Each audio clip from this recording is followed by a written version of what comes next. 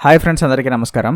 ఈరోజు వీడియోలో who killed cook రోబిన్ అనే ఒక తైవానీస్ థ్రిల్లర్ మూవీని ఎక్స్ప్లెయిన్ చేస్తాను. స్టోరీ లైన్ ఏంటంటే 9 ఏళ్ల క్రితం జరిగిన ఒక యాక్సిడెంట్ గురించి ఈ కథలో హీరో ఇన్వెస్టిగేట్ చేస్తుంటాడు. అలా ఇన్వెస్టిగేట్ చేయడం వల్ల అతనే కాకుండా ఇంకొంతమందిని చిక్కుల్లో పడేస్తాడు. మరి హీరో వల్ల ఇబ్బంది పడిన వాళ్ళని హీరో కాపాడా? అసలు ఆ యాక్సిడెంట్ చుట్టూ జరిగిన కథ ఏంటి? ఆ కేసుని ఇన్వెస్టిగేట్ చేయడం వల్ల ఇప్పుడు హీరోకి వచ్చిన లాభం ఏంటి? ఇవన్నీ మనం కథలో చూస్తాం. ఇక ఈ మూవీలో మెయిన్ హైలైట్ ఏంటంటే స్క్రీన్ ప్లే. కథ పాయింట్ సింపుల్గానే ఉంటుంది, కానీ దాని చుట్టూ జరిగిన ఆ కథని మనకు నేరేట్ చేసిన స్క్రీన్ ప్లే కానీ చాలా ఎక్సలెంట్గా ఉంటుంది. లేయర్ బై లేయర్ ఒక్కొక్క పాయింట్ రివీల్ అవుతున్నప్పుడు స్టోరీ చాలా ఇంట్రెస్టింగ్గా ఉంటుంది. సో మరి ఇంకా ఏమాత్రం ఆలస్యం చేయకుండా ఈ మూవీ స్టోరీలోకి ఎంటర్ అయిపోదాం. ఓపెనింగ్ సీన్లో నైట్ టైం ఫుల్గా వర్షం పడుతుంటుంది. ఆ టైంలో రోడ్డు పక్కనే ఒక కార్ ఆగి ఉంటుంది. ఆ కారులో మత్తుగా పడుకున్న ఈ కథలో హీరో అయిన రిచీని చూపిస్తారు. అప్పుడే ఒక కార్ అటు సైడ్ వెళ్తుంది. అలా ముందుకు వెళ్ళిన కార్కి ఏదో యాక్సిడెంట్ అయినట్టుగా సౌండ్ రావడంతో రిచీ వెంటనే టార్చ్ తీసుకుని అటు సైడ్ వెళ్తాడు. తర్వాత కాసేపటికే రిచీ మళ్ళీ తిరిగి వచ్చి తన కార్ స్టార్ట్ చేసి అక్కడి నుంచి వెళ్ళిపోవాలని చూస్తాడు. కానీ అతని కార్ స్టార్ట్ అవ్వదు. ఇక్కడేమో ఆ యాక్సిడెంట్ అయిన కారులో ఎవరో కొన ఊపిరితో ఉన్నట్టుగా మనకు చూపిస్తారు. వెంటనే మూవీ టైటిల్ పడుతుంది. కట్ చేస్తే 9 ఏళ్ల తర్వాత రిచీ కారులో వెళ్తూ రేడియోలో ఆ చుట్టుపక్కల ఏదో యాక్సిడెంట్ అయినట్టుగా న్యూస్ వింటాడు. వెంటనే అతను ఆ యాక్సిడెంట్ స్పాట్కి వెళ్ళి అక్కడ కార్లో ఉన్న వాళ్ళకి హెల్ప్ చేస్తాడనుకున్నారా? కాదు, యాక్సిడెంట్ అయిన వాళ్ళకి ఫొటోస్ తీస్తాడు. ఆ యాక్సిడెంట్ అయిన వాళ్ళ పిక్స్ని తన బాస్ మ్యాగీకి పంపిస్తాడు. వెంటనే మ్యాగీ కాల్ చేసి ఆ ఫోటోలో ఉంది లెజిస్లేటర్ తెలుసా? పక్కనే ఉన్న లేడీ ఎవరో తెలుసా నీకు అని మ్యాగీ అడుగుతుంది. ఆమె ఎందుకు తెలీదు? ఆమె పేరు రెబేకా, ఫేమస్ మోడల్. బహుశా ఈ లెజిస్లేటర్కి ఆమెకి ఏదో అఫైర్ ఉన్నదనుకుంటా. ఈ విషయం మీడియాకి తెలిస్తే ఈ న్యూస్ మంచి హైలైట్ అవుతుంది, మన పేపర్కి మంచి రేటింగ్ వస్తుంది అని రిచీ అంటాడు. సరే, నేను ఒకసారి కన్ఫర్మ్ చేసుకుంటా అని మ్యాగీ అంటుంది. అది సరే కానీ ఈవినింగ్ డిన్నర్కి వెళ్దామా అని రిచీ అడుగుతాడు. ముందు ఈ పని చూద్దాం అని మ్యాగీ ఫోన్ పెట్టేస్తుంది. ఆ వెంటనే రిచీ కార్కి యాక్సిడెంట్ అవుతుంది. రిచీకి ఏం అవ్వదులేండి, తన కార్కి మాత్రం బాగా డ్యామేజ్ అవుద్ది. తనకు తెలిసిన మెకానిక్ దగ్గరికి తీసుకువెళ్తే పాత కారు కదా, రిపేర్ చేయడానికి ఎక్కువ మనీ అడుగుతాడు. పాత కారు ఏంట్రా బాబు, కొని 1 month అయింది అని రిచీ అంటాడు. అవునా, అయితే నువ్వు బకరా అయ్యావు. ఇది పాత కారే, దీన్ని రీమోడల్ చేసి కొత్త కారు అన్నట్టుగా నీకు అమ్మేశారంతే అని మెకానిక్ చెప్తాడు. దాంతో రిచీ డిసప్పాయింట్ అయ్యి తర్వాత పోలీస్ స్టేషన్కి వెళ్తాడు. లోపలికి వెళ్తుంటే రిచీని ఒక పోలీస్ ఆఫీసర్ ఆపి, సార్ మీకు ఎవరు కావాలి అని అడుగుతాడు. కొత్తగా వచ్చావా, నా గురించి తెలియదు అనుకుంటా అని రిచీ అంటాడు. అంతలో మరొక పోలీస్ ఆఫీసర్ వచ్చి, రేయ్ సార్ని వదిలే, సారీ అండి మీ గురించి తెలియక అని ఆ పోలీస్ ఆఫీసర్ అంటాడు. తర్వాత రిచీ హెడ్ ఆఫీసర్ని కలుసుకొని తన కారు గురించి చెప్పి ఆ కారు పైన ప్రీవియస్గా ఏమైనా క్రిమినల్ రికార్డ్స్ లాంటివి ఉన్నాయో లేవో చెక్ చేయమని చెప్తాడు. రిచీ వెళ్ళిపోయాక ఆ కార్ రికార్డ్స్ని పోలీసులు చెక్ చేస్తారు. కట్ చేస్తే ఇక్కడ రిచీ వర్క్ చేసే న్యూస్ పేపర్ సంస్థలో మీటింగ్ జరుగుతుంది. ఈ లెజిస్లేటర్కి ఉన్న ఆ గర్ల్ ఫ్రెండ్ గురించి ఆర్టికల్ రాసే ముందు ఆమె గురించి ఎంక్వైరీ చేద్దామని సీనియర్ ఎడిటర్ చాంగ్ అంటే, పిచ్చా మీకు, అలా ఎంక్వైరీ చేసేలోపు వేరే న్యూస్ పేపర్లో ఈ న్యూస్ వస్తుంది, మనకు రావాల్సిన క్రెడిట్ వాళ్ళు కొట్టేస్తారు అని రిచీ అంటాడు. సరే అని వీళ్ళు పబ్లిష్ చేసేస్తారు. ఆ రోజు నైట్కి వీళ్ళ చీఫ్ ఎడిటర్ కియో వీళ్ళందరికీ పార్టీ ఇస్తాడు.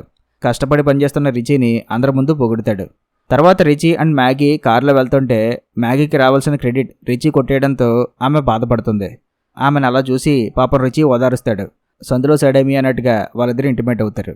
నెక్స్ట్ రోజు రిచీ నిద్రలేచిన వెంటనే మెసేజ్ రావడంతో న్యూస్ చూస్తాడు. అప్పటికి ఆ న్యూస్ని మ్యాగీ చూసేసి ఉంటుంది. ఇంతకీ ఆ న్యూస్ ఏంటంటే, ఆ లెజిస్లేటర్ అండ్ అతని గర్ల్ ఫ్రెండ్కి యాక్సిడెంట్ అవుతుంది కదా, ఆ అమ్మాయి ఆ లెజిస్లేటర్ గర్ల్ ఫ్రెండ్ అనుకుని వీళ్ళు న్యూస్ ఆర్టికల్ వేస్తారు కదా, కానీ ఆమె గర్ల్ ఫ్రెండ్ కాదు, అతని వైఫే అని వాళ్ళ తరపు లాయర్ చెప్తాడు. తప్పుడు వార్తలు రాసినందుకు ఆ న్యూస్ పేపర్ సంస్థపై అలాగే రిచీ పైన కేసు వేస్తున్నామని ఆ లెజిస్లేటర్ తరపు లాయర్ మీడియా వాళ్ళతో చెప్తాడు. దాంతో నిన్న రాత్రి రిచీని పొగిడినోళ్లే పొద్దున్న అయ్యేసరికి పూజ చేసి వాయించేస్తారు. తర్వాత రిచీ స్టేషన్కి వెళ్ళి తన కారు గురించి ఎంక్వైరీ చేస్తాడు. మీ కార్ పాతదని ఆ ఇంజిన్ నెంబర్ చూస్తేనే తెలుస్తుంది. ఆ నెంబర్కి ఉన్న ఒక కార్కి ఇదివరకే అంటే 9 years బ్యాకే ఒక యాక్సిడెంట్ అయ్యిందని వాళ్ళు చెప్తారు. ఆ యాక్సిడెంట్లో ఆ కార్ ఓనర్ స్పాట్ డెడ్ అని వాటికి సంబంధించిన ఫొటోస్ని రిచీకి చూపిస్తారు. అది చూసి రిచీ షాక్ అవుతాడు. ఎందుకంటే 9 years బ్యాక్ మనం స్టార్టింగ్ చూసాం కదా, రిచీ కారులో పడుకుంటే తన ముందే వెళ్ళిన కార్కి యాక్సిడెంట్ అయ్యిందని. ఆ యాక్సిడెంట్ అయిన కార్ ఇప్పుడు తను వాడే కారే. అప్పుడు మళ్ళీ ఏం జరిగిందో ఇప్పుడు చూపిస్తారు. రిచీ వెళ్ళేసరికి ఆ కార్ని యాక్సిడెంట్ చేసిన వాడు అక్కడి నుంచి పారిపోతాడు. రిచీ వెంటనే అంబులెన్స్కి కాల్ చేద్దాం అనుకుంటే తన ఫోన్కి సిగ్నల్ ఉండదు. ఆ కారులో ఉన్న వాళ్ళకేమో గాయాలయ్యి కొన ఊపిరితో ఉన్నారని రిచీకి తెలుస్తుంది. రిచీకి ఏం చేయాలో అర్థం కాక తిరిగి తన కార్ దగ్గరికి వెళ్ళిపోయి అక్కడి నుంచి వెళ్ళిపోదాం అనుకుంటే తన కార్ స్టార్ట్ అవ్వదు. అంతలో అక్కడికి ఇంకో కార్ రావడంతో రిచీ ఆ కార్ ఆపుతాడు. కట్ చేస్తే ఇప్పుడు మళ్ళీ ప్రెజెంట్ సీన్లో రిచీ ఆ విషయాన్నే తెలుసుకొని బాధపడతాడు. తర్వాత రిచీ ఆఫీస్కి వెళ్ళాక మ్యాగీ అతనితో మాట్లాడుతూ, మన బాస్ కొంతమందిని జాబ్స్ నుంచి తీసేయాలని అనుకుంటున్నాడు, ఆ లిస్టులో నీ పేరు కూడా ఉంది అని ఆమె చెప్తుంది. ఇదంతా లెజిస్లేటర్ అండ్ వాడి గర్ల్ ఫ్రెండ్ కేసు వల్లే కదా, నేను తొందరపడకుండా ఉండాల్సిందే అని రిచీ అంటాడు. నేను తీసేయాలని ప్రపోజ్ చేసింది ఆ సీనియర్ ఎడిటర్ చాంగే అని మ్యాగీ చెప్తుంది. అనుకున్నా వాడికి ముందు నుంచి నేనంటే పడదు, అందుకే వాడు టైం చూసి నన్ను ఇరికించాడనమాట అని రిచీ అంటాడు. తర్వాత రిచీ వాళ్ళ చీఫ్ ఎడిటర్ కియోని కలుసుకొని తనని జాబ్లో నుంచి తీసేయకుండా చూడమని, వీలైతే వాళ్ళ బాస్ని రిక్వెస్ట్ చేయమని కియోని అడుగుతాడు. నేను ఆల్రెడీ నీ గురించి రిక్వెస్ట్ చేశా, కానీ మన బాస్కి ఆ లెజిస్లేటర్ ఫ్రెండ్ అంట, ఈ విషయం మనకు చాలా లేటుగా తెలిసింది, అందుకే మన బాస్ నీ పైన చాలా సీరియస్గా ఉన్నారు, నువ్వు కొద్ది రోజులు రెస్ట్ తీసుకుంటే బెటర్ అని కియో అంటాడు. దాంతో ఆ రాత్రికి ఆ కార్ మెకానిక్తో కలిసి ఆ బాధతో మందేస్తాడు రిచీ. ప్రపంచం వెంటర్ ఎంత చిన్నగా ఉన్నది, ఆ లెజిస్లేటర్ గడి కేసులో నేను హైలైట్ అయ్యేలోపే ఆ ట్విస్ట్ ఇచ్చాడు. ఆ లెజిస్లేటర్ గడి మా ఎండీ ఫ్రెండ్ అంట, దాంతో నా జాబ్ పోతుంది ఇప్పుడు. ఇంకా 9 ఏళ్ల క్రితం యాక్సిడెంట్ అయిన కార్నే ఇప్పుడు నేను కొత్తగా కొనుక్కొని వాడుతున్నాను, ఏంటో నా పరిస్థితి ఏం అర్థం కావట్లేదు అని రిచీ అంటాడు. ఇంకో 2 పెగ్గలేసి ఇంటికెళ్ళి పడుకో, అంతా సెట్ అవుద్ది అని మెకానిక్ అంటాడు. దాంతో రిచీ ఫుల్గా తాగేసి అక్కడి నుంచి బయలుదేరతాడు. అయితే అతన్ని ఎవరో ఫాలో అవుతున్నారని మనకు చూపిస్తారు. కట్ చేస్తే రిచీ ఇంటికి వెళ్ళాక మళ్ళీ ఆ యాక్సిడెంట్ గురించి ఆలోచిస్తాడు. 9 years బ్యాక్ ఆ రోజు రాత్రి ఆగిపోయిన తన కార్ని నెక్స్ట్ రోజు మార్నింగ్ మెకానిక్ వచ్చి పట్టుకెళ్ళడం, రిచీ ఆ యాక్సిడెంట్ స్పాట్నే చూస్తూ అక్కడి నుంచి వెళ్ళిపోవడం చూపిస్తారు. ఆ విషయాన్ని ఇప్పుడు రిచీ గుర్తు చేసుకొని ఆ టైంలో తను ఆ రోజు తీసిన ఫొటోస్ని మళ్ళీ చెక్ చేస్తాడు. ఆ ఫొటోస్లో ఆ యాక్సిడెంట్ చేసి అక్కడి నుంచి తప్పించుకొని వెళ్ళిపోయిన కార్ని గమనిస్తాడు రిచీ. నెక్స్ట్ రోజు రిచీ మ్యాగీతో కలిసి ఆ యాక్సిడెంట్కి సంబంధించిన పాత న్యూస్ ఆర్టికల్స్ని వాటి రికార్డ్స్ని చెక్ చేస్తాడు. ఇప్పుడు సడన్గా ఆ పాత యాక్సిడెంట్ కేసు గురించి ఎందుకు ఎంక్వైరీ చేస్తున్నావు అని మ్యాగీ అడుగుతుంది. 9 years బ్యాక్ నేను మన కంపెనీలో ఇంటర్న్షిప్ చేస్తున్న టైంలో ఒకరోజు రాత్రి మన టీం అందరం డిన్నర్ పార్టీలో ఎంజాయ్ చేశాక ఆ రోజు రాత్రికే నేను అక్కడి నుంచి వెళ్ళిపోయా. ఆ టైంలో నా కార్ బ్రేక్ డౌన్ అవడంతో నేను ఒక చోట ఆగా. ఆ టైంలోనే అక్కడ ఒక యాక్సిడెంట్ జరిగింది, నేను ఆ స్పాట్లోనే ఉన్నా. దాంతో నేను వెంటనే అక్కడికి వెళ్ళి ఫొటోస్ తీసా, కానీ కొన్ని కారణాల వల్ల ఆ ఫొటోస్ని పక్కన పెట్టేశా. నేను మళ్ళీ ఆ ఫొటోస్ని అన్నీ చెక్ చేస్తే అందులో కొన్ని ఫొటోస్ డిలీట్ అయ్యి ఉన్నాయి, అంటే కావాలనే ఆ ఫొటోస్ని ఎవరో డిలీట్ చేశారు. ఆ టైంలో నేను ఆ కెమెరా ఫొటోస్ని ఓన్లీ మన సీనియర్ ఎడిటర్ చాంగ్కే చూపించా, వాటి గురించి అతనికి తప్ప ఎవరికీ తెలియదు అని రిచీ అంటాడు. అంటే ఏంటి, ఆ ఫొటోస్ అన్నీ చాంగే డిలీట్ చేశాడంటావా అని మ్యాగీ అడుగుతుంది. ఏమో అదే తెలియట్లేదు, ఒకవేళ డిలీట్ చేస్తే అతనికి అవసరం ఏంటో అర్థం కావట్లేదు అని రిచీ అంటాడు. మరి ఇప్పుడు ఏం చేద్దాం, 9 years గ్యాప్ అంటే మామూలు విషయం కాదు, అసలు ఏం జరిగిందో కనుక్కోవడం కూడా కష్టమే అని మ్యాగీ అంటుంది. అవును, నీ రిలేటివ్ ఒకరు హాస్పిటల్లో వర్క్ చేస్తున్నారన్నావు కదా, ఈ యాక్సిడెంట్లో గాయపడిన వాళ్ళని కూడా అప్పట్లో అదే హాస్పిటల్లో జాయిన్ చేశారు, నీ వాళ్ళని రిక్వెస్ట్ చేసి ఆ యాక్సిడెంట్లో గాయపడిన వాళ్ళ రికార్డ్స్ తెప్పిస్తావా అని రిచీ అడుగుతాడు. దాంతో మ్యాగీ తన కజిన్ ద్వారా ఆ రికార్డ్స్ని తెప్పిస్తుంది. ఆ పేషెంట్ పేరు టింగ్, అందులో ఉన్న అడ్రస్ చూసి వీళ్ళు అక్కడికి వెళ్ళి టింగ్ గురించి అడుగుతారు. మీరెవరని వాళ్ళు అడిగితే మేము టింగ్ వాళ్ళ స్కూల్మేట్స్ అని వాళ్ళు చెప్తారు. రిచీ అక్కడ టింగ్కి సంబంధించిన పాత ఫొటోస్ అన్నీ చూస్తాడు. టింగ్ ఇక్కడ ఉండట్లేదని, వాళ్ళ అమ్మమ్మ ఇక్కడ ఉంటుందని, ఆమె బయటికి వెళ్ళిందని వాళ్ళు చెప్తారు.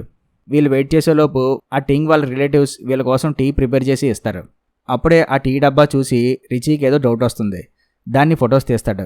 తర్వాత మ్యాగీ దాని గురించి అడగ్గా ఆ టీ చాలా కాస్ట్లీ, అథ్లెట్స్ మాత్రమే తాగుతారు అలాంటి టీని, టింగ్ వాళ్ళ ఫ్యామిలీ మెంబర్స్ని చూస్తే వాళ్ళు మిడిల్ క్లాస్లో ఉన్నారు, అలాంటి కాస్ట్లీ టీని వాళ్ళు తాగే ప్రసక్తే లేదు, మరి అలాంటిది వాళ్ళకి ఎలా వచ్చింది, అందుకే ఏదో తేడా కొడుతుంది నాకు, ఆ టీ పౌడర్ దొరికే ప్లేస్ ఒకటే, అది ఎక్కడో నాకు తెలుసు, అందుకే అక్కడికి వెళ్తున్నాం అని రిచీ వాళ్ళు ఆ టీ షాప్కి వెళ్ళి దాని గురించి ఎంక్వైరీ చేస్తారు. ఇలాంటి టీని అందరూ కొనుక్కోరు సార్, ఓన్లీ గేమ్స్ ఆడే వాళ్ళు మాత్రమే కొంటారు అని వాళ్ళు చెప్తారు. ఇందాక టింగ్ వాళ్ళ ఫ్యామిలీ మెంబర్స్తో మాట్లాడుతున్నప్పుడు వాళ్ళ గ్రాండ్ మదర్ అప్పుడే వచ్చి టింగ్ ఇక్కడ లేదని, ఎక్కడుందో తనకు తెలియదని ఆమె చెప్తుంది. ఆమె బహుశా అబద్ధం చెప్తుందని రిచీ వాళ్ళకి అర్థమవుతుంది. అయితే ఇక్కడ టీ షాప్ వాళ్ళకి రిచీ ఆ టింగ్ ఫోటోని చూపించి, ఈమె మీ దగ్గరికి ఈ టీ కొనుక్కోవడం కోసం వస్తుందా అని అడుగుతాడు. ఈమె టీచర్ జాంగ్, ఈమె రెగ్యులర్గా మా దగ్గరికి ఈ టీ కొనుక్కోవడానికి వస్తుంది అని వాళ్ళు చెప్తారు. వీళ్ళ లక్క ఎంత బాగుంటుందంటే ఆ రోజే టింగ్ అక్కడికి టీ కొనుక్కోవడానికి వస్తుంది. ఆమెని రిచీ వాళ్ళు చూస్తారు. రిచీ ఆమెతో మాట్లాడుతూ 9 years బ్యాక్ జరిగిన ఆ కార్ యాక్సిడెంట్ గురించి అడుగుతాడు. ఆమె వాళ్ళకి ఏం చెప్పకుండా వెళ్ళిపోతుంటే, ఆగండి టింగ్, ఆ రోజు నేను ఆ యాక్సిడెంట్ స్పాట్లోనే ఉన్నా అని రిచీ చెప్తాడు. దాంతో టింగ్ ఆ రోజు ఏం జరిగిందో చెప్తుంది. నేను నా బాయ్ ఫ్రెండ్ కారులో వెళ్తున్నాం. నా బాయ్ ఫ్రెండ్ ఫుల్గా తాగేసి ర్యాష్ డ్రైవింగ్ చేస్తున్నాడు. అంతలో ఏదో కారు వచ్చి మాకు డాష్ ఇచ్చింది. నా బాయ్ ఫ్రెండ్ అక్కడే స్పాట్ డెడ్. నేను మాత్రమే బ్రతికాను. అదే జరిగింది అప్పుడు అని టింగ్ చెప్తుంది. ఆ రోజు మీకు డాష్ ఇచ్చిన కార్ని మీరు చూసారా అని రిచీ అడుగుతాడు. లేదు, నేను కన్ను మూసి తెరిచేలోపు హాస్పిటల్లో ఉన్నా. ఏం జరిగిందో కూడా నాకు తెలియదు అని టింగ్ చెప్తుంది. అది ఓకే, మరి మీరు ఎవరికీ తెలియకుండా ఆ హాస్పిటల్ వదిలి ఎందుకు వెళ్ళిపోయారు అని రిచీ అడుగుతాడు. చాలా ఇయర్స్ బ్యాక్ స్టోరీ కదా, నాకంత గుర్తులేదు, గుర్తుకొచ్చినప్పుడు చెప్తా అని చెప్పి టింగ్ అంటుంది. అలా కాదు, మిమ్మల్ని యాక్సిడెంట్ చేసింది ఎవరో మీకు తెలుసుకోవాలని లేదా అని రిచీ అడుగుతాడు. లేదు, నాకు అవసరం లేదు. నా బాయ్ ఫ్రెండ్ ఎలాగో చనిపోయాడు, అందులో మా తప్పు కూడా ఉంది. ఇంకా పాతవన్నీ ఇప్పుడు తవ్వుకోవడం ఎందుకు అని టింగ్ అంటుంది. అలా కాదు, నేను మీకు హెల్ప్ చేయడానికి ట్రై చేస్తున్నా అని రిచీ అంటాడు. ఏం అవసరం లేదు, నేను ఇప్పుడు బాగానే ఉన్నా, మీ పని మీరు చూసుకోండి అని టింగ్ అంటుంది. సరే అయితే నా కార్డు ఇస్తున్నా ఉంచండి, ఏమైనా హెల్ప్ కావాలంటే కాల్ చేయండి అని రిచీ చెప్తాడు. ఆమె అక్కడి నుంచి వెళ్తుంటే ఆమెకి ఒక లెగ్ సరిగ్గా పనిచేయట్లేదని వాళ్ళకి తెలుస్తుంది. బహుశా ఆ యాక్సిడెంట్ వల్లే అనుకుంటా. అయితే వీళ్ళని మళ్ళీ ఎవరో అబ్జర్వ్ చేస్తున్నట్టుగా మనకి చూపిస్తారు. నేను చెప్పానా 9 years అయిపోయింది, ఆ యాక్సిడెంట్ని ఎవరూ పట్టించుకోరని, నువ్వు కూడా దాని గురించి ఆలోచించడం మాని అని మ్యాగీ అంటుంది. తర్వాత రిచీ ఇంటికి వెళ్ళిపోయి ఏదో రాస్తాడు. అదేంటో మనకు చూపించరు. ఆ టైంలోనే టింగ్ రిచీకి కాల్ చేసి ఆ కారు యాక్సిడెంట్ గురించి ఇప్పుడు ఎందుకు తెలుసుకోవాలి అనుకుంటున్నారు అని అడుగుతుంది. అది చెప్తాను కానీ ఇంతకుముందు నీ బాయ్ ఫ్రెండ్ ఆ రోజు మందు తాగేసి డ్రైవింగ్ చేశాడన్నావు కదా, కానీ మెడికల్ రిపోర్ట్స్ చూస్తే ఆ రోజు నీ బాయ్ ఫ్రెండ్ మందు తాగలేదని ఉంది. అంటే నువ్వు అబద్ధం చెప్పావు కదా, ఎందుకలా చెప్పావు అని రిచీ అడుగుతాడు. ఆ టైంలో టింగ్ తన రూమ్లోకి వెళ్తుంటే ఎవరో ఆమెను అబ్జర్వ్ చేస్తున్నట్టుగా మనకు చూపిస్తారు. టింగ్ మాట్లాడుతూ, చూడండి, నేను మీకు కాల్ చేసింది నన్ను మళ్ళీ డిస్టర్బ్ చేయొద్దు అని చెప్పడానికి మాత్రమే, అంతేగాని ఇలా ఇంటర్వ్యూ చేయమని కాదు అని టింగ్ అంటుంది. అంతలో టింగ్ రూమ్ దగ్గరికి ఎవరో వస్తుంటారు. అయ్యో టింగ్, నేను మిమ్మల్ని ఇంటర్వ్యూ చేయడానికి కలవలేదు. నేను మీతో కొన్ని విషయాలు పర్సనల్గా మాట్లాడదాం అనుకున్నా, అందుకే మీ గురించి తెలుసుకున్నా అని రిచీ అంటాడు. అంతలో టింగ్ కాలింగ్ బెల్ మోగుతుంది. 1 నిమిషం ఉండండి అని చెప్పి టింగ్ వెళ్ళి డోర్ ఓపెన్ చేస్తుంది. అంతే, టింగ్ పైన ఎవరో అటాక్ చేస్తారు. ఫోన్లో ఆ సౌండ్స్ వింటాడు రిచీ. దాంతో టింగ్ ఏదో ప్రమాదంలో ఉందని తెలుసుకొని వెంటనే ఆమె ఉన్న ప్లేస్కి వెళ్తాడు. అయితే ఆమె ఎక్కడుంటుందో తెలియకపోవడంతో ఆ టీ షాప్కి వెళ్ళి అడిగి టింగ్ ఎక్కడుందో తెలుసుకొని అక్కడికి వెళ్తాడు. కట్ చేస్తే టింగ్ ఒక రూమ్లో బందీగా ఉంటుంది. ఆమె ఫేస్కి దెబ్బలు తగిలి ఉంటాయి. ఇక్కడేమో టింగ్ రూమ్కి వెళ్తే అక్కడ ఆమె ఉండదు. రూమ్ డోర్ విరిగినట్టుగా ఉండడంతో అక్కడ టింగ్ పైన అటాక్ జరిగినట్టుగా రిచీకి అర్థమవుతుంది. తను ఇంకా ఆ ఇంట్లోకి వెళ్తుండగా అప్పుడే ఎవరో అక్కడి నుంచి పారిపోవడంతో రిచీ అతన్ని చేజ్ చేస్తాడు.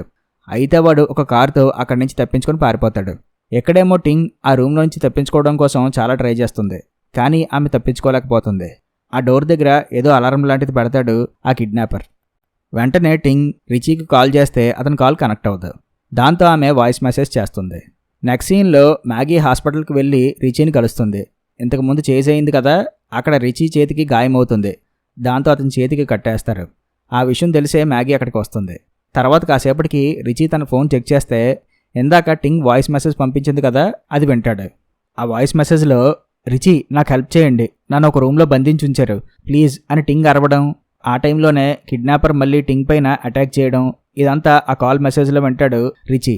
తర్వాత రిచీ వెంటనే టింగ్ ఫోన్ నెంబర్కి చాలాసార్లు కాల్ చేసినా ఆమె కాల్ కనెక్ట్ అవ్వదు. రిచీకి ఏం అర్థం కాదు. అసలు టింగ్ని ఎవరు అటాక్ చేశారు, అది ఇన్ని సంవత్సరాల తర్వాత. బహుశా ఆ టైంలో ఆ కార్ యాక్సిడెంట్ చేసిన వ్యక్తే ఇప్పుడు టింగ్ని కిడ్నాప్ చేశాడంటావా అని రిచీ మ్యాగీని అడుగుతాడు. ఏమో, అది తెలియదు కానీ ఇదేదో చాలా డేంజరస్గా ఉంది అని మ్యాగీ అంటుంది. అంతలో మ్యాగీ మాటల్లో పడి ఎదురుగా వస్తున్న కార్కి డాష్ ఇవ్వబోయి సడన్ బ్రేక్ వేస్తుంది. చూడు పాప, ఈ కేసు గురించి నేను ఆలోచిస్తాను కానీ నువ్వు డ్రైవింగ్ మీద ఫోకస్ చేయి అని రిచీ అంటాడు. తర్వాత రిచీ తనకు తెలిసిన ఆ పోలీస్ ఆఫీసర్ దగ్గరికి వెళ్ళి విషయం చెప్పి ఆ కాల్ గురించి ఎంక్వైరీ చేయమని హెల్ప్ అడుగుతాడు. అందుకు ఆ ఆఫీసర్ ఓకే అంటాడు. మరో పక్క ఆ కార్ యాక్సిడెంట్ చేసిన ఆ కార్ నెంబర్ ఏంటో తెలుసుకునే పనిలో ఉంటాడు రిచీ. ఫొటోస్లో ఆ కార్ నెంబర్ సరిగ్గా కనిపించదు. కనిపించినంత వరకు కొన్ని నెంబర్స్ నోట్ చేసుకుని ఆ ఆఫీసర్తో మాట్లాడదాం అనుకుంటే అతను బయటికి వెళ్ళాడని ఆ కొత్తగా వచ్చిన ఆఫీసర్ చెప్తాడు. రిచీ ఆ కార్ నెంబర్స్ చూపించి వాటి గురించి చెప్పమని అడిగితే అతను చెప్పనంటాడు. నీకు అర్థం కావట్లేదు, ఇది కిడ్నాప్ కేసుకు సంబంధించింది, నువ్వు ఇప్పుడు నాకు హెల్ప్ చేస్తే నీ కెరీర్కే మంచిది, ఆలోచించుకో అని రిచీ అంటాడు. దాంతో ఆ పోలీస్ ఆఫీసర్ హెల్ప్ చేస్తాడు. ఆ కార్ నెంబర్స్కి సంబంధించిన ఒక డేటాని రిచీకి ఇస్తాడు. అందులో ఒక కార్ని చూసి రిచీ షాక్ అవుతాడు.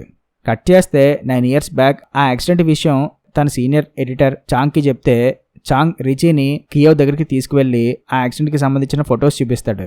ఆ కార్ నెంబర్ సరిగ్గా తీసుండాల్సిందమ్మా, సర్లే, ఇలాంటివి మీలాంటి కొత్త జర్నలిస్టులకి మామూలే.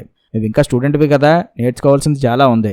ఈ కేసు ఒకటే కాదు, ఇంకా నువ్వు వేరే కేసెస్ మీద కూడా ఫోకస్ చేయి. ఈ ఫొటోస్ సరిగ్గా లేకపోవడంతో ఆ కార్ గురించి ఇప్పుడు మనం సరిగ్గా ఎంక్వైరీ చేయలేం అని చెప్పి కియో అప్పుడు రిచీతో అంటాడు. కట్ చేస్తే మళ్ళీ ఇప్పుడు ప్రెజెంట్ సీన్లో కియో కార్ వాష్లో ఉండగా అతను కాల్ వస్తుంది. సరే, నేను హ్యాండిల్ చేస్తానులే అని చెప్పి ఫోన్ పెట్టేస్తాడు కియో. నెక్స్ట్ సీన్లో ఆ కార్ మెకానిక్ రిచీకి కాల్ చేసి 9 years బ్యాక్ జరిగిన ఆ యాక్సిడెంట్ గురించి నీతో మాట్లాడే పని ఉంది, మన గ్యారేజ్కి వచ్చే కలుద్దాం అని అతను అంటాడు. దాంతో రిచీ అతని దగ్గరికి బయలుదేరతాడు. గెరాజ్కి వచ్చేసరికి అక్కడ అతను ఉండడు, కియో ఉంటాడు. కియో, మీరేంటి ఇక్కడున్నారు అని రిచీ అడుగుతాడు.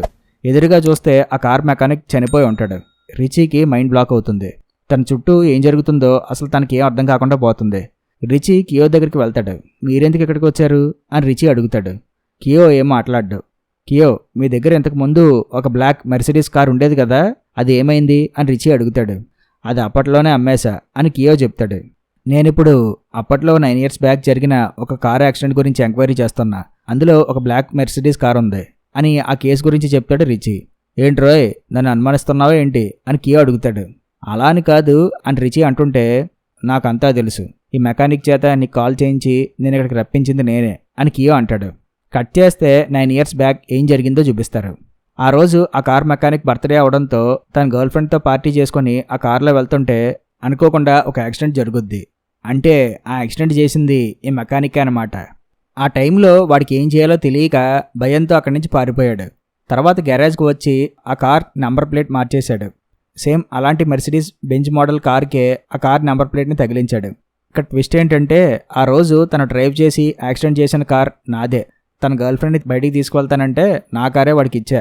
అదే నేను చేసిన తప్పు. ఆ విషయం నాకు అక్కడ తర్వాత చెప్పాడు. తప్పు చేసినందుకు నేను అప్పుడే వాడిని తిట్టి వదిలేశా. మళ్ళీ ఎన్నాళ్ళ తర్వాత ఆ యాక్సిడెంట్ విషయం నాకు చెప్పాడు. నువ్వు ఆ యాక్సిడెంట్ గురించి తెలుసుకున్నావని, ఆ టింగ్ని కలిసావని చెప్పాడు. వాడే నిన్ను సీక్రెట్గా ఫాలో అవుతున్నాడంట. అలా తను టింగ్ ఎక్కడుందో తెలుసుకొని ఆమెకు సారీ చెప్పి కొంతవరకు మనీ ఇద్దామని చెప్పి ఆ రోజు మార్నింగ్ వీడు ఆమె ఇంటికి వెళ్ళాడు. అయితే వాడు ఆ టింగ్ ఇంటికి వెళ్ళేసరికి ఇంట్లో అంతా గందరగోళంగా ఉందని అతనికి తెలిసింది. ఆ టైంలోనే నువ్వు ఆమె ఇంటికి రావడంతో వాడు నిన్ను గమనించి తనను గనక నువ్వు అక్కడ చూస్తే వాడిపై నీకు డౌట్ వస్తుందనే వాడు అక్కడి నుంచి పారిపోయాడు. అలా నువ్వు వాడిని చేసావు. వాడేమో తప్పించుకొని జరిగిందంతా నాకు చెప్పాడు. అందుకే వాడి చేత నీకు కాల్ చేయించి ఇక్కడ కలుద్దామని చెప్పా. తీరా ఇక్కడికి వచ్చి చూస్తే వాడు ఇక్కడ ఆత్మహత్య చేసుకుని చనిపోయాడు అని కియో చెప్తాడు.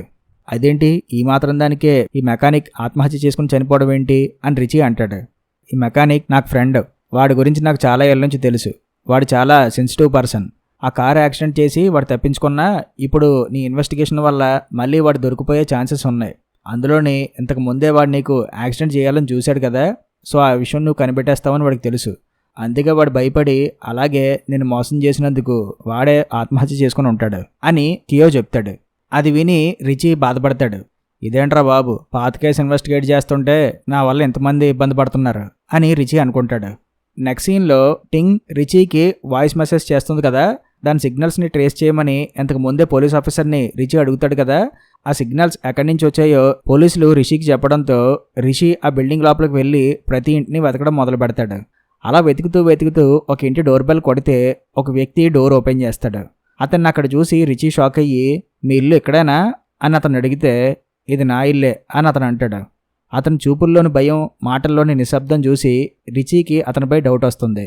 ఈ అమ్మాయిని ఇక్కడ ఎక్కడైనా చూసావా అని టింగ్ ఫోటోని అతనికి చూపిస్తాడు రిచీ. వాడు ఆ ఫోటోని కాసేపు చూసి, లేదు చూడలేదే అని అంటాడు. అంతలో ఇంట్లో నుంచి ఏదో సౌండ్ రావడంతో రిచీకి డౌట్ వచ్చి ఆ ఇంట్లో అంతా వెతుకుతాడు. అక్కడ లోపల పిల్లులు ఉంటాయి. బహుశా అవే సౌండ్స్ చేసే అనుకుని సర్లే అని చెప్పి అక్కడి నుంచి బయటకు వచ్చేస్తాడు రిచీ. రిచీ వెళ్ళిపోయాక వాడు పక్కనే ఉన్న రూమ్లోకి వెళ్ళిపోతాడు. ఎందుకంటే వాడు ఇప్పటిదాకా ఉన్న రూమ్ వాడిది కాదు, ఆ పక్క రూమే వాడిది. ఆ రూమ్లోనే టింగ్ కూడా ఉంటుంది. సో వాడే టింగ్ని కిడ్నాప్ చేసిన కిడ్నాపర్. అప్పుడే మనకు చూపిస్తారు రిచీని ఫాలో అవుతూ టింగ్ని కనుక్కొని తర్వాత ఆమె ఇంటికి వెళ్ళి ఆమెను కిడ్నాప్ చేసింది వీడే అని. కట్ చేస్తే 9 years బ్యాక్ ఏం జరిగిందో చూపిస్తారు. ఈ కిడ్నాపర్ హాస్పిటల్లో ట్రీట్మెంట్ తీసుకుంటున్న టింగ్ని ఎత్తుకొచ్చి తన ఇంటి దగ్గర పెడతాడు. తర్వాత ఆమెను బంధిస్తాడు.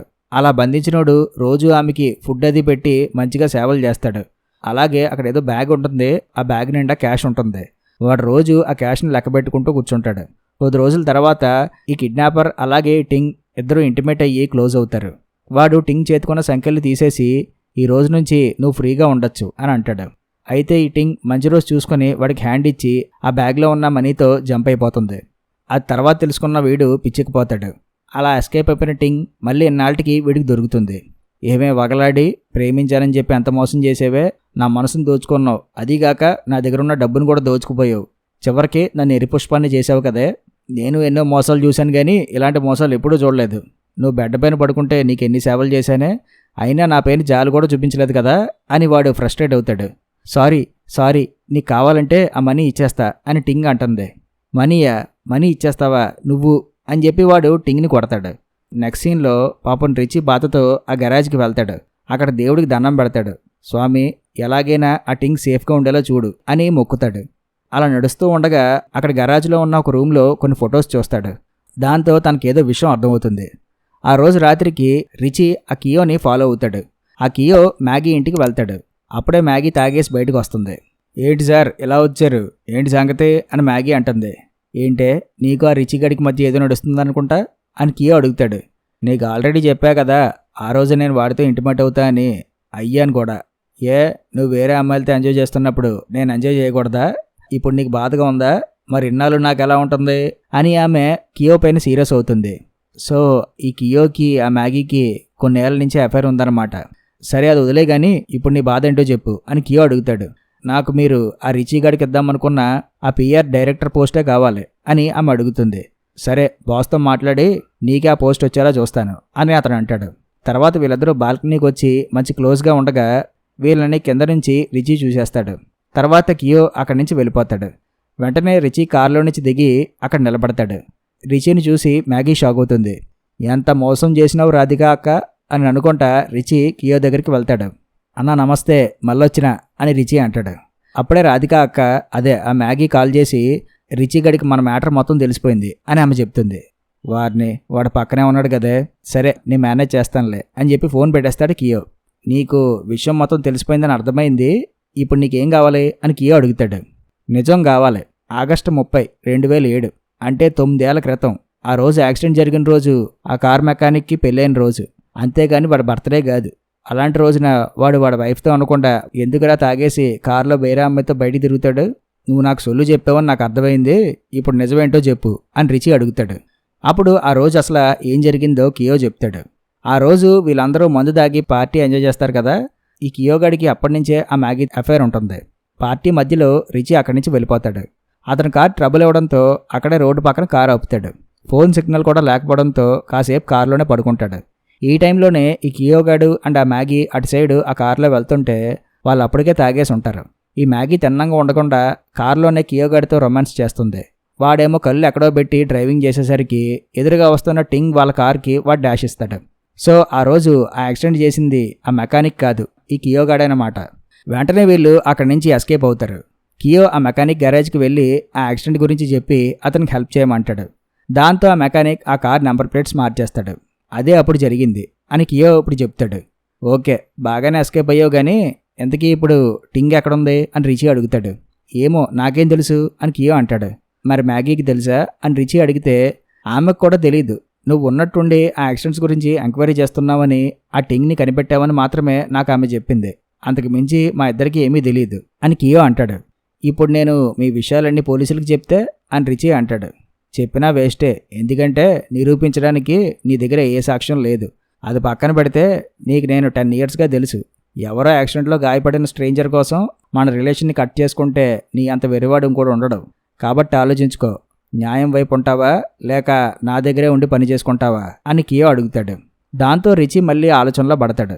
ముందు ఇప్పుడు అసలు ఆ టింగ్ ఎక్కడుందో తెలుసుకోవాలని చెప్పి ఆమె గురించి ఆలోచిస్తాడు. ఇంతకుముందు ఆ కిడ్నాపర్ ఇంటికి వెళ్ళి అక్కడంతా వెతికినా ఎవరో అక్కడ కనిపించారు కదా. అయితే ఎందుకో మళ్ళీ రిషికి ఆ కిడ్నాపర్ పైన డౌట్ వచ్చి మళ్ళీ అతని ఇంటికి వెళ్తాడు.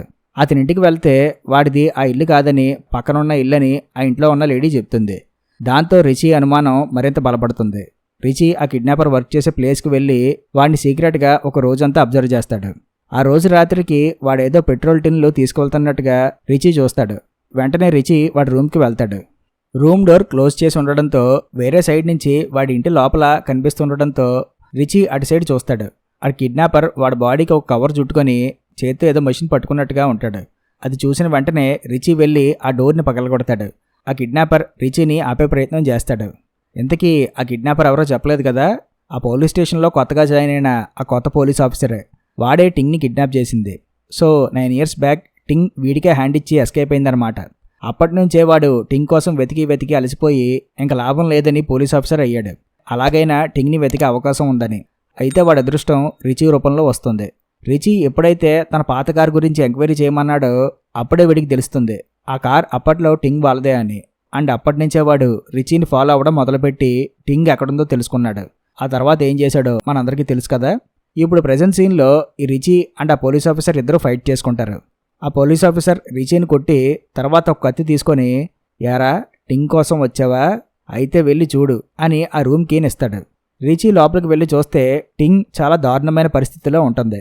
యారా చూసావుగా, ఇప్పుడు నీ పరిస్థితి కూడా ఇంతే. నా డబ్బును కొట్టేయాలని చూస్తే ఇలాంటి గతే పడుతుంది అందరికీ అని ఆ పోలీస్ ఆఫీసర్ అంటాడు. అప్పుడు మళ్ళీ ఫ్లాష్ బ్యాక్లో ఏం జరిగిందో చూపిస్తారు. అప్పట్లో ఈ టింగ్ ఆమె బాయ్ ఫ్రెండ్ అండ్ అలాగే ఈ పోలీస్ ఆఫీసర్ ముగ్గురు ఫ్రెండ్స్, పెద్ద ఎదవలు కూడా. ఒక చిన్న పాపని కిడ్నాప్ చేసి మనీ కోసం బెదిరిస్తారు. తర్వాత వాళ్ళు ఆ మనీ తీసుకొని పాపని వదిలేద్దాం అనుకుంటే ఈ పోలీస్ ఆఫీసర్ గాడు అప్పుడే ఆ పాపని పాడు చేసి చంపేస్తాడు. అది చూసిన వీళ్ళు షాక్ అయ్యి, అరే మెంటల్ నా కొడక, ఏంట్రా ఎలా చేసావు, ఇక నుంచి నీకు మాకు సంబంధం లేదు అని చెప్పి ఈ టింగ్ అండ్ ఆమె బాయ్ ఫ్రెండ్ కార్లో వెళ్ళిపోతుంటే ఈ పోలీస్ ఆఫీసర్ వాళ్ళని ఆపే ప్రయత్నం చేస్తాడు. అయితే వీళ్ళు వాడి నుంచి తప్పించుకొని పారిపోతుంటే అప్పుడే ఆ యాక్సిడెంట్ జరుగుతుంది. యాక్సిడెంట్ అవ్వడంతో వాళ్ళిద్దరూ కొన ఊపిరితో ఉంటారు. అప్పుడే వీడు అక్కడికి వచ్చి టింగ్ బాయ్ ఫ్రెండ్ని చంపేసి ఆ మనీతో అక్కడి నుంచి ఎస్కేప్ అవుతాడు. అయితే అందులో ఫుల్ క్యాష్ ఉండదు, సగమే ఉంటుంది. అందుకే వాడు మళ్ళీ హాస్పిటల్లో ఉన్న టింగ్ని కిడ్నాప్ చేసి ఆ మనీ కోసం అడిగితే ఆమెకి దాని గురించి తెలియదని చెప్తుంది. తర్వాత టింగ్ ఈ పోలీస్ ఆఫీసర్ని వదిలించుకొని ఆ మనీతో అక్కడి నుంచి ఎస్కేప్ అవుతుంది. అది అప్పుడు జరుగుతుంది. కట్ చేస్తే ప్రజెంట్ సీన్లో కియో వచ్చి రిచీని కలుస్తాడు. ఏంటి మెడ దగ్గర గాయమైంది, ఏం జరిగింది అని కియో అడుగుతాడు. అది పక్కన పెట్టు, ఇది విను అని ఆ రోజు కారులో కియో జరిగిందంతా రిచీకి చెప్తాడు కదా, అదంతా రికార్డ్ చేసి ఇప్పుడు కియోకు వినిపిస్తాడు రిచీ. అది విన్నాక కియో షాక్ అయ్యి, ఇప్పుడు నీకు ఏం కావాలి అని అడుగుతాడు. రిచీ తనకి ఏం కావాలో చెప్తాడు. ఓకే నేను చూసుకుంటా అని చెప్పి కియో వెళ్ళిపోతాడు. తర్వాత రిచీ ఒక చెక్ని చింపేస్తాడు. ఆ రోజు రిచీ టింగ్తో ఫోన్లో మాట్లాడక ముందు ఏదో రాస్తున్నాడు అని చెప్పాను కదా, అది చెక్. అది టింగ్ పేరు మీద రాస్తున్నాడు. ఇప్పుడు అదే బాధతో కాల్ చేస్తాడు. నెక్స్ట్ సీన్లో కొద్ది రోజులకి తను వర్క్ చేసే న్యూస్ పేపర్ సంస్థకి ఈ రిచీయే PR డైరెక్టర్ అవుతాడు. తనకి ఆ పోస్ట్ ఇచ్చింది కియోనే. ఎందుకో తెలుసుగా, రిచీ కియోని బెదిరించి అడిగింది ఆ పోస్టే. అలా రిచీ ఆ కంపెనీకి హెడ్ అవుతాడు. తర్వాత రిచీ టింగ్ పేరు మీద ఆ టీ పౌడర్ బాక్సెస్ని వాళ్ళ ఫ్యామిలీ మెంబర్స్కి పంపిస్తాడు. తర్వాత మ్యాగీ రిచీని కలుస్తుంది. ఇంతకుముందు మ్యాగీ ఆ డైరెక్టర్ పోస్ట్నే కియోని అడిగింది కదా, కానీ పాపం రిచీ కియోకి ఆప్షన్ లేకుండా చేసేస్తాడు. ఏంటి నీ పోస్ట్ నాకు వచ్చిందని బాధపడుతున్నావా అని రిచీ అడుగుతాడు. అలా ఏం లేదు కానీ కియో నాకు వేరే టీవీ ఛానల్లో జాబ్ ఇచ్చాడు, దాంతో నీకు వచ్చే శాలరీ కన్నా నా శాలరీ ఎక్కువ అని మ్యాగీ అంటుంది. గుడ్. అవును, నిన్ను ఒక విషయం అడగడం మర్చిపోయా. నన్ను జాబ్లో నుంచి తీసేయమని ప్రపోజ్ చేసింది చాంగ్ కాదు, నువ్వే అంట కదా. నాకు ఆ రోజే ఆ విషయం చెప్పాడు చాంగ్. ఆ రోజు చాంగ్ నన్ను కలిసి నేను జాబ్లో నుంచి తీసేస్తున్నారు, నీకు వేరే జాబ్ చూస్తానని అడిగాడు. ఏంటి డ్రామాలా, నన్ను జాబ్లో నుంచి తీసామని చెప్పిందే నువ్వు, మళ్ళీ ఇప్పుడు ఏం తెలియనట్టుగా నాకు వేరే జాబ్ చూస్తానని ఆఫర్ చేస్తున్నావా అని నేను అతన్ని అడిగితే, అరే పిచ్చాదవా, నిన్ను జాబ్లో నుంచి తీసామని చెప్పింది నేను కాదు ఆ మ్యాగీనే అని నాకు చెప్పాడు. వాడు చెప్పింది నేను ముందు నమ్మలేదు, కానీ అప్పుడే వాడు ఇంకొక విషయం చెప్పాడు. అదేంటంటే నేను ఆ లెజిస్లేటర్ న్యూస్ విషయంలో తప్పు చేయడం వల్ల ఎవరినో ఒకరిని రెస్పాన్సిబుల్గా చేసి జాబ్లో నుంచి పీకేయాలి కాబట్టి ఆ టీంలో ఉన్న మెయిన్ హెడ్ మ్యాగీ అండ్ ఆ తర్వాత నేనే. మ్యాగీని ఎలాగో తీయాలని అనుకున్నా ఆ కియో తీయనివ్వకుండా చేస్తాడు. ఎందుకంటే కియోకి ఆ మ్యాగీతో అఫైర్ ఉంది కాబట్టి, ఇంకా మిగిలింది నువ్వే కాబట్టి నిన్నే తీసేస్తారు అని అప్పుడే చాంగ్ నాతో చెప్పాడు. వాళ్ళ మధ్య అఫైర్ ఉందన్న విషయం నీకు తెలుసా అని నేను చాంగ్ని అడిగితే, ఇప్పుడేటి ఎప్పటి నుంచో తెలుసు, ఆ రోజు అంటే 9 years బ్యాకే ఆ పార్టీలో కియో ఫుల్గా మందు తాగేసి మ్యాగీతో క్లోజ్గా ఉండడం అతను గమనించాడు. అదీ కాక ఆ రోజు కియో తాగేసి ఉంటే అతను కారు ఎక్కించి అక్కడి నుంచి తీసుకువెళ్ళింది మ్యాగీ అని అప్పటి నుంచే వాళ్ళ మధ్య అఫైర్ ఉందన్న విషయం తనకు తెలుసని చాంగ్ చెప్పాడు. సో అప్పుడు నాకు ఇంకొక విషయం క్లారిటీ వచ్చింది. ఆ రోజు కార్ డ్రైవ్ చేసింది కియో కాదు నువ్వే, ఆ యాక్సిడెంట్ చేసింది నువ్వే కదా మ్యాగీ అని రిచీ అడుగుతాడు. అది విని మ్యాగీ షాక్ అవుతుంది. నువ్వు ఆ చాంగ్ మాటలు నమ్ముతున్నావా లేదా నా మాటలు నమ్ముతావా అని మ్యాగీ అడుగుతుంది. నేను వేరే వాళ్ళని నమ్మడం ఎప్పుడో మానేశాను, నన్ను నేను నమ్ముకుంటా అని చెప్పి రిచీ వెళ్ళిపోతాడు. తర్వాత ఒక మీటింగ్ జరుగుతుంది. కొత్త డైరెక్టర్ రిచీకి అందరూ వెల్కమ్ చెప్తారు. రిచీ అందరికీ థ్యాంక్స్ చెప్పి వైన్తో సెలబ్రేట్ చేసుకోవడం రొటీనే, ఈ టీతో సెలబ్రేట్ చేసుకుందాం, మనలాంటి జర్నలిస్టులకి ఇలాంటి టీయే చాలా మంచిది అని రిచీ అంటాడు. సరే రిచీ గారు, మీరు ఇదివరకు ఒక పాత ఫేక్ న్యూస్ కేసులో ఇరుక్కున్నారు కదా, దాని గురించి ఏమైనా చెప్తారా అని ఒక జర్నలిస్ట్ అడుగుతుంది. ఇప్పుడు ఆ పాత విషయాలు ఎందుకులేండి, ఏమైనా సరదా విషయాలు మాట్లాడుకుందాం. మీ అందరికీ ఒక ఫన్నీ స్టోరీ చెప్తా వినండి. ఇది గోస్ట్ మంత్ కాబట్టి ఒక హర్రర్ స్టోరీ చెప్తా. ఒక కుర్రాడికి హర్రర్ స్టోరీస్ ఉన్న బుక్స్ అంటే చాలా ఇష్టం. అలా ఒకరోజు ఒక మంచి ఇంట్రెస్టింగ్ హర్రర్ నావల్ కొనుక్కుందామని చెప్పి ఒక బుక్ స్టోర్కి వెళ్తాడు. అక్కడున్న బుక్ స్టాల్ ఓనర్ని ఇలా అడుగుతాడు, అంకుల్, మీ బుక్ స్టోర్లో అన్నిటికన్నా భయంకరంగా ఉండే ఒక హర్రర్ బుక్ని నాకు సజెస్ట్ చేసి ఇవ్వండి ఆ కుర్రాడు అడుగుతాడు. ఇక్కడ ఇంటర్కట్లో మళ్ళీ ఫ్లాష్ బ్యాక్లో ఏం జరిగిందో చూపిస్తారు. ఆ యాక్సిడెంట్ జరిగాక టింగ్ వాళ్ళకి ఎలాగో స్పృహ లేకపోవడంతో ఆ మనీలో సగం మనీ కొట్టేసి అక్కడి నుంచి పారిపోతాడు రిచీ. సో ఇంతకుముందు ఆ పోలీస్ ఆఫీసర్ అంటాడు కదా, ఆ మనీ మొత్తం లేదు, టింగ్ ఏమైనా ఆ మనీ తీసుకుందేమో అని, కానీ నిజానికి ఆ మనీ కొట్టేసింది రిచీయే అనమాట. కట్ చేస్తే ఇప్పుడు రిచీ ఆ స్టోరీ చెప్తూ, ఆ కుర్రాడు అలా బుక్ అడిగిన తర్వాత ఆ బుక్ స్టాల్ ఓనర్ ఒక బుక్ తీసి ఆ కుర్రాడికి ఇచ్చి, ఈ బుక్ని కనుక నువ్వు కొనుక్కుంటే ఎట్టి పరిస్థితుల్లో చివరి పేజీ మటుకు ఓపెన్ చేయకు, ఎందుకంటే అక్కడ ఉన్నది చూస్తే నువ్వు జడుచుకుంటావు అని ఆ ఓనర్ అన్నాడు. మళ్ళీ కట్ చేస్తే ఆ రోజు టింగ్ని బంధించిన రూమ్లోకి వెళ్తాడు కదా రిచీ. టింగ్ని అలా దారుణమైన పొజిషన్లో ఉండడం చూసి రిచీ వామిటింగ్ చేసుకుంటాడు. ఎందుకంటే ఆ పోలీస్ ఆఫీసర్ గారు అప్పటికే టింగ్ బాడీ పార్ట్స్ని కట్ చేసి సపరేట్గా పెడతాడు. అది చూసి రిచీ తట్టుకోలేకపోతాడు. నాకు తెలుసురా, ఆ మనీలో కొంత వాటా కొట్టేసింది నువ్వేనని, అందుకోసమే కదా టింగ్ని కలవాలనుకున్నావు, ఆ మనీ నాదిరా, అది ఎవ్వరికీ దక్కడానికి వీల్లేదు అని వాడు ఒక కత్తితో రిచీ పీక కోయడానికి చూస్తాడు. అరే, నీకు ఒక ఆప్షన్ ఇస్తా, పాపం టింగ్ని చూడు ఎలా ఉందో, ఆ బాధ నుంచి ఆమెను తప్పించాలనుకుంటే నువ్వే ఆమెను చంపేయి అని ఒక నీడిల్ని రిచీకి ఇస్తాడు ఆ పోలీస్ ఆఫీసర్. పాపం రిచీ టింగ్కి సారీ చెప్తూ, నా వల్లే నీకు ఈ గతి పట్టింది, నన్ను క్షమించు అని చెప్పి రిచీ ఏడుస్తాడు. రే, ఏడ్చింది చాలు, ముందు చంపేదాన్ని అని వాడు అంటాడు. దాంతో రిచీ ఆ నీడిల్ని తీసుకుంటాడు. కట్ చేస్తే ఇక్కడ రిచీ మాట్లాడుతూ, ఆ కుర్రాడు ఆ హర్రర్ బుక్ తీసుకుని ఇంటికి వెళ్ళి ఆత్రం ఆపుకోలేక ముందుగా తను ఆ చివరి పేజీ ఓపెన్ చేసి చూశాడు. నిజంగానే అక్కడ ఉన్నది చూసి ఆ కుర్రాడు జడుచుకున్నాడు. కట్ చేస్తే మళ్ళీ ఫ్లాష్ బ్యాక్లో రిచీకి ఆ నీడిల్ ఇస్తాడు కదా ఆ పోలీస్ ఆఫీసర్. ఆ నీడిల్ని తీసుకొని కోపంతో ఆ పోలీస్ ఆఫీసర్ని పొడిచి చంపేస్తాడు రిచీ. అలా ఆ పోలీస్ ఆఫీసర్ చనిపోతాడు. తర్వాత పాపం టింగ్ని అలా చూడలేక ఆమెని చంపేస్తాడు. అయితే ఇక్కడ రిచీ ఆమెను చంపినట్టు చూపించాడు, కానీ మనం ఇంకా అదే జరిగింది అనుకోవాలి. ఇంతకీ ఆ లాస్ట్ పేజ్లో ఆ భయంకరమైన విషయం ఏంటో చెప్పలేదు కదా. అదేంటంటే ఆ లాస్ట్ పేజ్లో ఆ బుక్ రేట్ 50 రూపాయలు అని ఉంటుంది. అది చూసి నిజంగానే ఆ కుర్రాడు జడుచుకుంటాడు. ఎందుకంటే వాడు 500 ఇచ్చి ఆ బుక్ కొన్నాడు కాబట్టి. అది విని అక్కడ ఉన్న వాళ్ళందరూ నవ్వుకుంటారు. మ్యాగీ కూడా నవ్వుకుంటుంది. ఫైనల్గా రిచీ మాత్రం మ్యాగీ వంక చూస్తూ సీరియస్గా ఒక లుక్ ఇస్తాడు. అక్కడతో ఈ మూవీ ఎండ్ అవుతుంది. హీరో ఈ బుక్ స్టోరీ ఎందుకు చెప్తాడంటే, ఆ బుక్ స్టాల్ ఓనర్ తెలివిగా మనీ కోసం ఆ కుర్రాడి ఇంట్రెస్ట్ని క్యాచ్ చేసి ఆ కుర్రాడికి ఆ బుక్ అంటగట్టి తను సొమ్ము చేసుకున్నాడు. ఈ కథ చివరికి వచ్చేసరికి హీరో కూడా మొదట్లో తన జాబ్ పోతుందని తెలిసినా తను అన్యాయంగా అప్పట్లో ఆ మనీని కొట్టేసినందుకు ఆ మనీని టింగ్కి తిరిగి ఇచ్చారని అనుకుంటాడు. కానీ చివరికి వచ్చేసరికి ఏమవుతుంది, టింగ్ కేసునే అతను అడ్డం పెట్టుకొని మళ్ళీ తను కోల్పోయిన జాబ్నే కాకుండా అంతకన్నా మంచి పోస్ట్నే అతను సంపాదిస్తాడు, టింగ్కి ఏం జరిగిందో అన్న నిజాన్ని దాచేసి. మీరు గమనిస్తే ఈ కథలో ఉండే ప్రతి క్యారెక్టర్కి కూడా నెగిటివ్ షేడ్సే ఉంటాయి. సో అది ఈ మూవీ స్టోరీ. ఐ హోప్ ఈ మూవీని నేను మీకు క్లియర్గా ఎక్స్ప్లెయిన్ చేశానని అనుకుంటున్నా. మీకు కనుక నా ఎక్స్ప్లెనేషన్ నచ్చితే కంపల్సరీ వీడియోని లైక్ చేయండి. అలాగే వీడియోని అందరికీ షేర్ చేయండి. మరిన్ని ఇంట్రెస్టింగ్ మూవీస్ కోసం మన ఛానల్ని సబ్స్క్రైబ్ చేయండి. మరొక ఇంట్రెస్టింగ్ మూవీతో మళ్ళీ కలుస్తాను. Thank you.